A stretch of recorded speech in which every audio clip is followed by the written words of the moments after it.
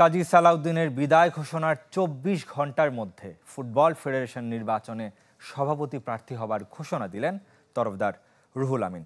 Football থেকে নিজেকে পুরোপুরি গুটিয়ে নেয়ার ৩ বছর পর এখন পদের আশায় আবারও ফিরছেন। যদিও তার দাবি জেলা এবং বিভাগীয় সংগঠকদের দাবির মুখে সিদ্ধান্ত বদলেছেন।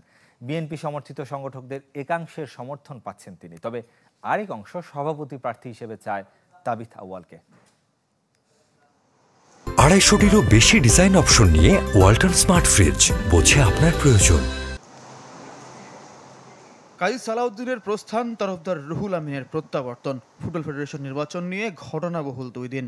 সালাউদ্দিনের প্রধান নির্বাচন সমন্বয়ক হিসেবে ২০১৬তে আত্মপ্রকাশ, ২০২০-এ নিজের নির্বাচনের আগ্রহের প্রকাশ এবং শেষ পর্যন্ত ছিটকে যাওয়া। ৪ বছরের ব্যবধানে আবারও তরফদার রুহুল আমিন সভাপতি প্রার্থী হওয়ার ঘোষণা দিলেন।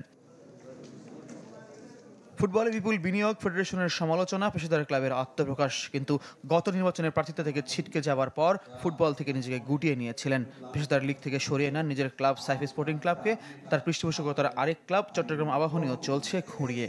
যদি আমরা আসতে পারি তাহলে আমরা কিন্তু বাংলাদেশ সুপার লিগে আবার আমরা হাত দিব আপনাদের সকলের সহযোগিতায়, যেখানে ফুটবলে বাংলাদেশের ফুটবলের যে উন্মাদনা, সেই উন্মাদনাকে ফিরিয়ে আনার জন্য আপনাদেরকে সকলকে একজোটে কাজ করতে চাই। রুহুল আমিনের সাথে নির্বাচনের আগ্রহ জানিয়েছেন গত নির্বাচনের সভাপতি প্রার্থী শফিকুল ইসলাম মানিক। সমর্থন জানাতে হাজির হয়েছিলেন সাবেক ফুটবলার আমিনুল হক, সৈয়দ রুম্মান বিন ওয়ালি সাব্বির, সংগঠক আলী ইমাম তপন। একটা প্যানেল ভিত্তিক একটা নির্বাচন করতে হবে। সেই জায়গায় আমার অবস্থানটা কোথায় থাকবে আমরা আলোচনা সাপেক্ষে করে আমাকে কোথায় কাজে লাগাতে চায় সেটাও তাদের ব্যাপার হবে, তবে আমি কাজ করতে চাই। আমরা কোনো রাজনৈতিকরণ এবং দলীয়করণ করতে চাই না ক্রীড়াঙ্গনে, সেই জায়গা থেকে আমরা তাকে সমর্থন দিয়েছি।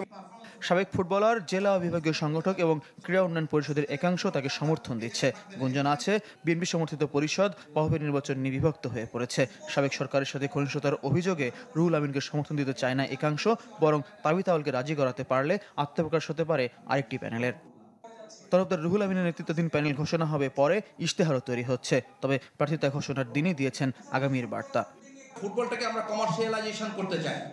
শুধুমাত্র স্পন্সরের টাকা দিবে, গভর্নমেন্ট টাকা দিবে, আমরা পকেট থেকে টাকা দিয়ে ফুটবল চালানো যাবে না। ফুটবলকে আমাকে বাণিজ্যিকরণ করতে হবে, ফুটবলকে কমার্শিয়ালাইজেশন করতে হবে, ফুটবল দিয়ে আমরা টাকা ইনকাম করতে হবে। এটা হচ্ছে আমাদের একটা মেন থাকবে। ফুটবল নির্বাচনে পূর্ব ঘোষণা ছাড়াই কাউন্সিলরশিপ ফর্ম বিতরণের অভিযোগ তুলেছেন তরফদার রুহুল আমিন। ফিফাকে অভিযোগ জানাতে চান তিনি। ফয়জুল ইসলাম, চ্যানেল 24, ঢাকা।